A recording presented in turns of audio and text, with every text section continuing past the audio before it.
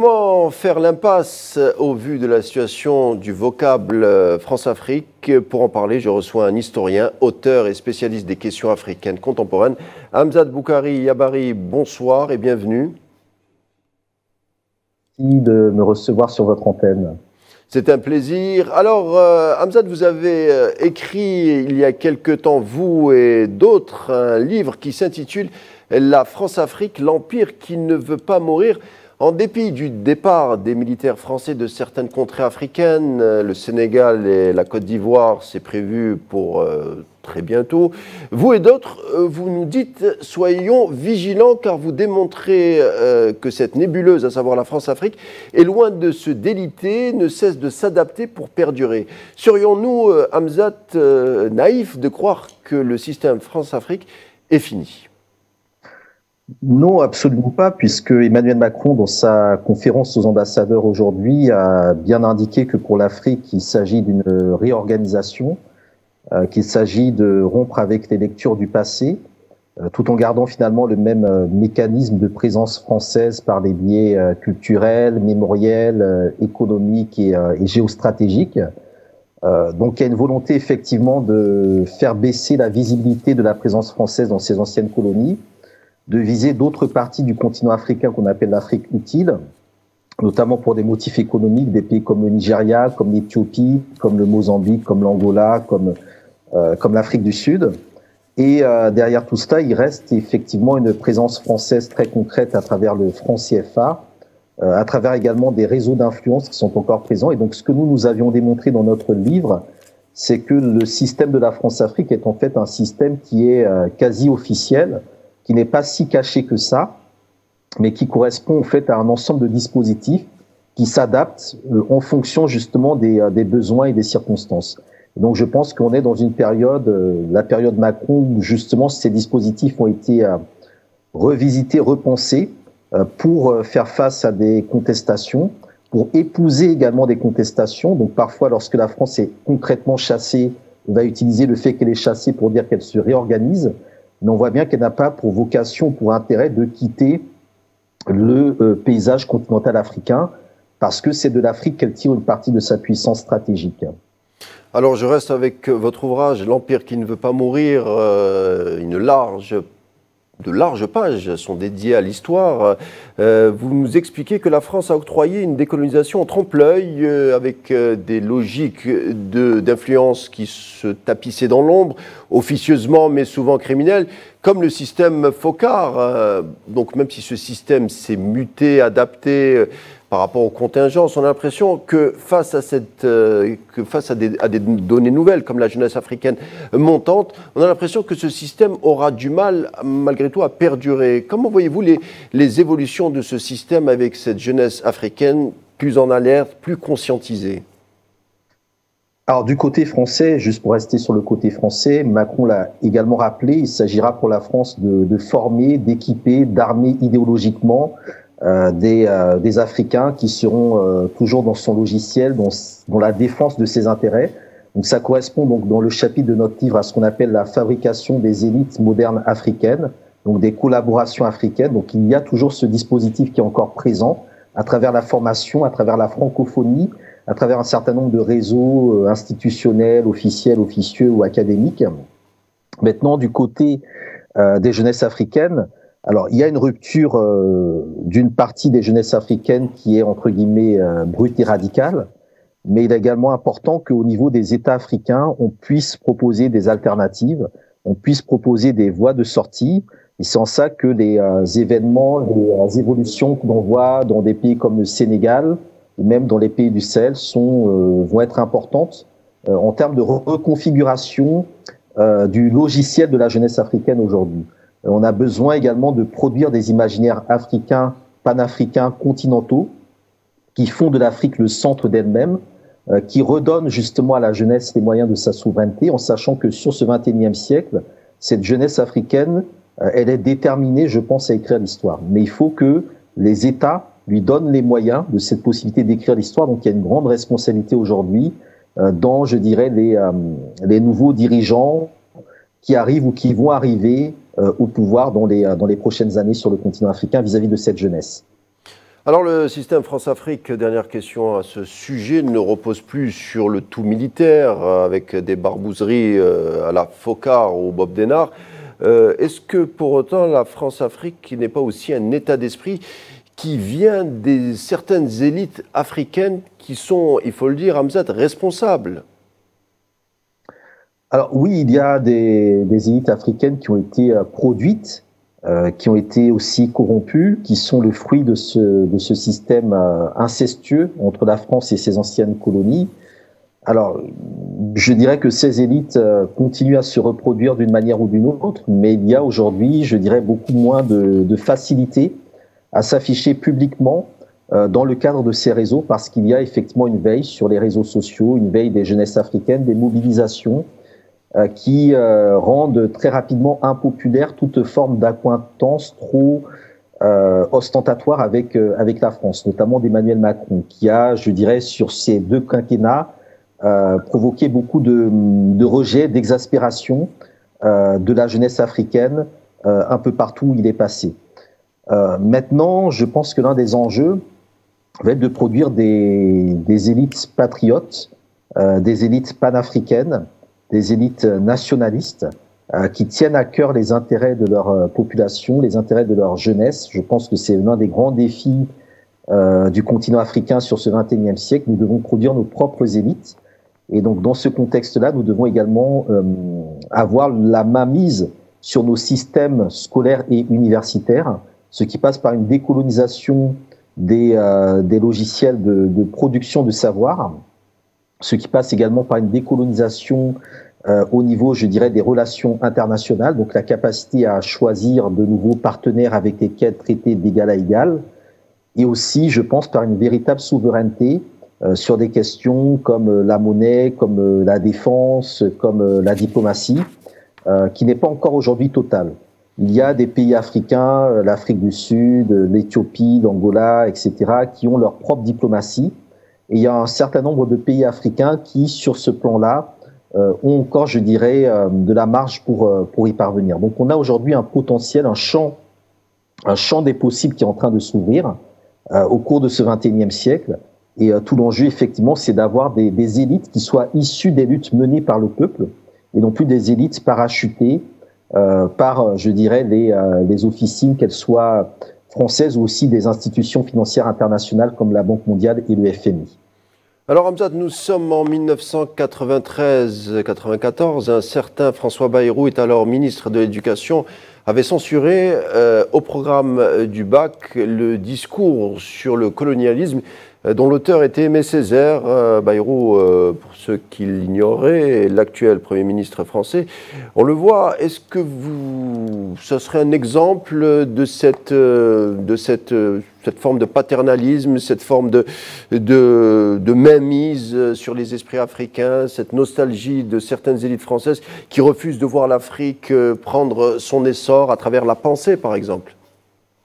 Absolument. Alors, la France, aujourd'hui, elle est dans la Ve République qui est née du général de Gaulle, de l'initiative du général de Gaulle au moment de la guerre d'Algérie, où il fallait penser la décolonisation, traiter la question de l'Algérie française, et en finir avec une 4e République qui était marquée par une instabilité liée justement à des régimes, l'impossibilité de trouver une majorité. Comme la France le connaît aujourd'hui, elle est en fait dans une situation de 4e République quelque part.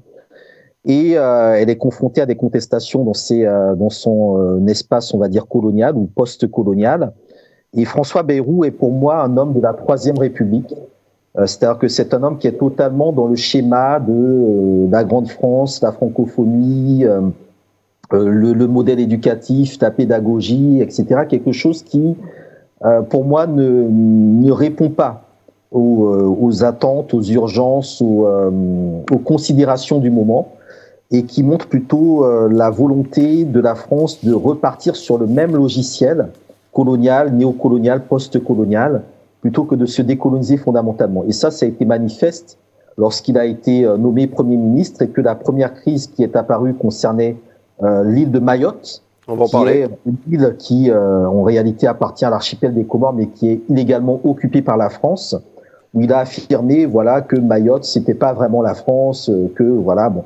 Donc on a senti qu'il est vraiment encore très dans ce logiciel de la Troisième République, très colonialiste, qui montre que la France est en train de lire l'histoire à reculons. Alors la France semble, vous l'expliquez à l'instant, la France semble offrir une forme de nostalgie mal assumée. En tout cas, cela est revenu ironiquement avec les événements tragiques et surtout leur gestion, notamment concernant Mayotte, mais aussi la Martinique et la Kanaky. Un commentaire sur l'approche des autorités françaises et leur narrative, surtout après ces événements qui ont secoué ou traversé ces zones. La France est un empire, c'est une puissance impérialiste, c'est une puissance colonialiste. Alors, ce qui est intéressant, si on fait le parallèle, c'est que pour d'anciennes colonies comme l'Algérie, comme le Cameroun, Macron a voulu lancer un projet mémoriel autour de la mémoire, de l'histoire commune, etc. Mais que pour des territoires qui sont encore dans le giron français, mais qui sont à décoloniser, comme la Martinique, comme la Kanaky, comme Mayotte, eh bien, on refuse de faire justement ce travail de mémoire historique pour mener à bien, je dirais, non pas une pacification des mémoires. Le terme pacification veut dire beaucoup de choses dans l'histoire, qu'on fait référence aux colonies, mais de regarder les réalités en face et de comprendre que ce rapport de la métropole, de l'Hexagone, de Paris, vis-à-vis de ces territoires-là, ne peut plus continuer de cette manière-là. La Kanaky est dans un processus inéluctable vers l'indépendance. Tout est fait pour que cette indépendance soit la plus chaotique possible, pour que on entre dans une logique de guerre civile. Et ça date déjà depuis plusieurs décennies, depuis 40 ans quasiment. Au niveau de la Martinique, on a constamment effectivement des alertes sur la vie chère, sur le chlordécone, qui est un empoisonnement massif des terres soutenues notamment par des politiques publiques et des politiques d'État et des politiques économiques, la question de la redistribution foncière et un traitement très colonialiste de cette population qui passe souvent par des logiques de répression, par des logiques d'enfermement de toutes les personnes qui ont l'air de mener la contestation et par un mépris qui est matiné de racisme. Et quant à Mayotte, là aussi, on est dans un cas très, très particulier puisque au niveau du droit international, la France est condamnée. De la même manière que Israël est condamné vis-à-vis de la Palestine, il y a une condamnation concernant notamment la présence française, la manière dont Mayotte a été séparée de son ensemble naturel, qui est l'archipel des Comores, pour rester dans le giron français, dans le cadre d'un référendum interne à la Constitution française, mais qui ne répond pas au droit international. Alors donc justement, Hamzat, je vous coupe et je vous laisse répondre. Ça va dans le fil de ce que vous racontiez. Est-ce que, selon vous, une voix africaine au Conseil de sécurité pour défendre les intérêts des Africains, mais également de ces zones, est-ce que ça ne pourrait pas faire progresser les indépendances de ces îles? L'Algérie et sa diplomatie y croient en tout cas. Alors, il faudrait que ce soit une voix africaine indépendante parce que pendant très longtemps, la France s'est autoproclamée voix de l'Afrique ou gendarme de l'Afrique dans les institutions internationales et notamment sécuritaires. C'était souvent des Français qui géraient les organismes onusiens concernant notamment les interventions des casques bleus. Actuellement, il y a, je dirais, un déplacement vers la Russie. Voilà, on voit des pays africains, notamment ceux de l'AES, se mettre un peu sous le parapluie russe au niveau de tout ce qui relève de la diplomatie onusienne. Mais il serait effectivement important que l'Afrique puisse être en totale autonomie pour parler au niveau donc du Conseil de sécurité de manière permanente. Maintenant, ça ne doit pas être une place accordée par pitié.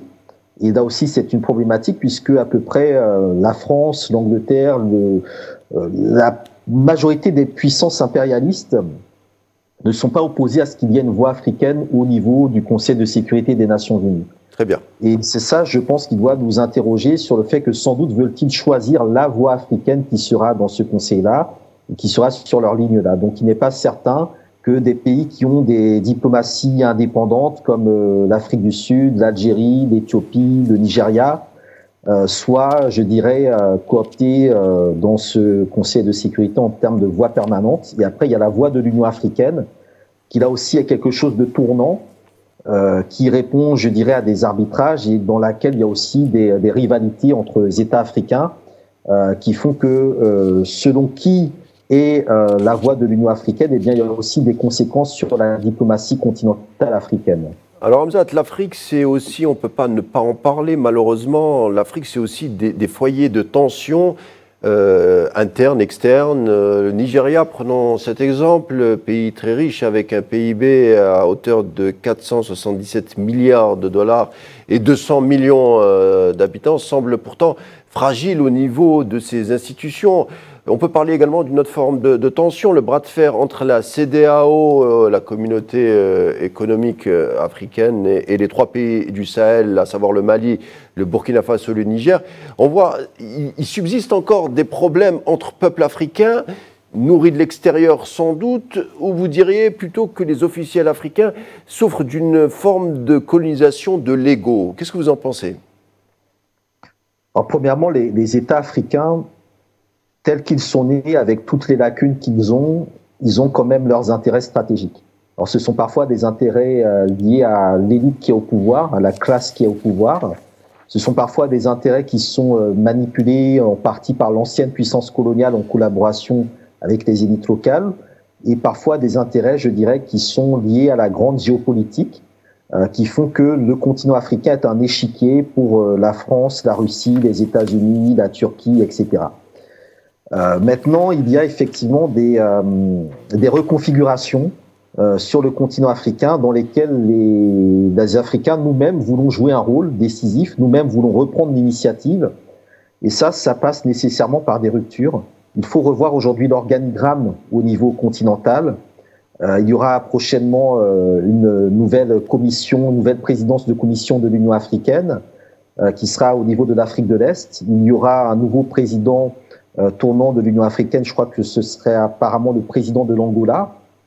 Donc on a un continent qui est vaste, qui fait 30 millions de kilomètres carrés. Il faut que nous arrivions nous-mêmes à l'organiser, il faut que nous arrivions à gérer nos conflits en huis clos, sans l'ingérence des puissances non africaines. Et ça nécessite effectivement que les puissances africaines, les puissances continentales se constituent et qu'on arrive à une sorte d'équilibre des puissances, d'équilibre des rapports à l'échelle africaine. C'est pour ça que la résolution des conflits intra-africains est extrêmement importante, que ce soit des conflits au niveau de l'Afrique du Nord, au niveau de l'Afrique de l'Ouest, de l'Afrique centrale, l'Afrique de l'Ouest avec la CEDEAO et l'AES, l'Afrique centrale avec le Congo vis-à-vis de ses voisins rwandais et ougandais, le Mozambique avec les déstabilisations et les crises actuelles, ou l'Afrique du Nord avec tout ce qui s'est passé également ces dernières années. Tous ces conflits intra-africains, il faut qu'on ait une diplomatie qui soit panafricaine et qui arrive, je dirais, à les résoudre des uns après les autres. Alors Hamzat, évoquons sur le plan économique ce verrou qui ne dit pas son nom, car pas de souveraineté sans le droit objectivé, c'est-à-dire la monnaie. Je veux parler du franc CFA. Le franc CFA, la monnaie de 14 pays africains, je crois. Et selon beaucoup d'économistes africains, dont le plus connu est Joseph Chonyang Poemi, mort il y a 47 ans d'ailleurs, dans des conditions obscures, on comprendra, on fera des recherches pour voir de quoi je parle, révèle dans un livre qui s'intitule « Monnaie, servitude et liberté » que certains des pays les plus pauvres d'Afrique utilisaient et utilisent encore le franc CFA. Le Burkina Faso, par exemple, le Mali, le Niger parlent tout le temps, en tout cas régulièrement, de souveraineté, pourtant utilisent encore cette monnaie. Un commentaire?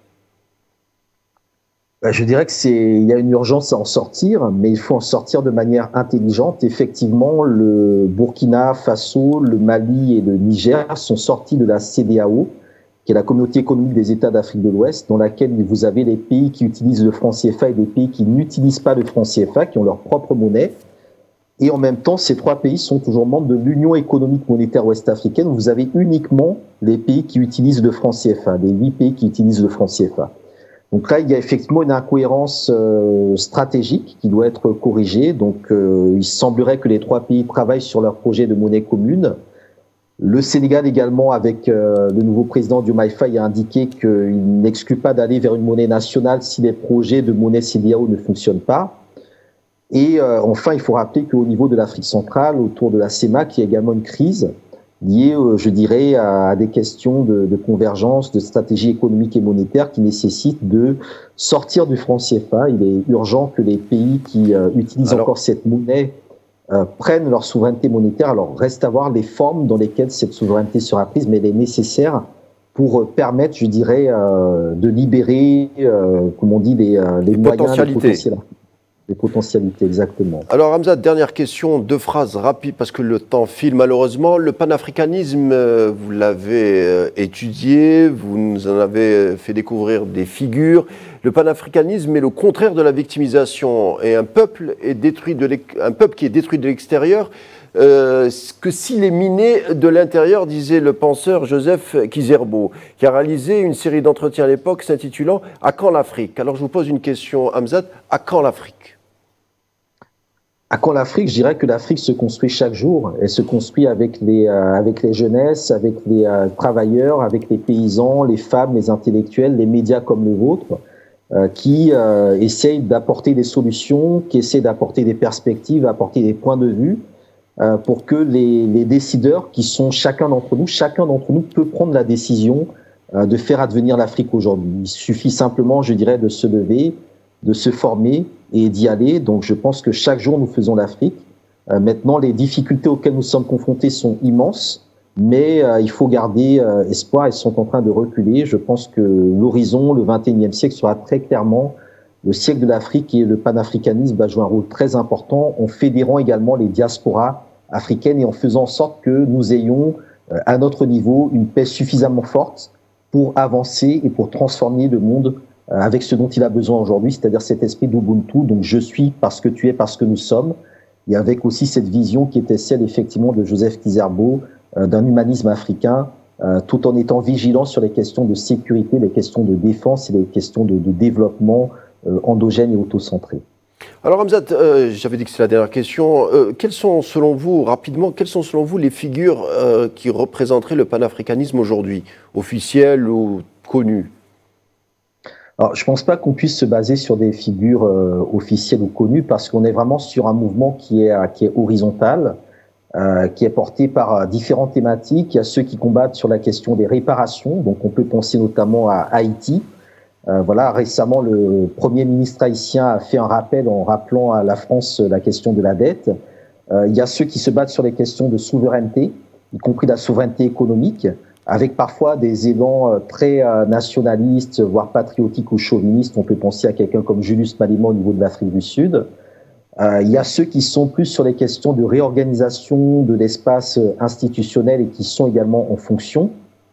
Là aussi, on peut penser à ce qui est en train de se passer au niveau du Sénégal ou même de l'Éthiopie ou même d'autres pays africains.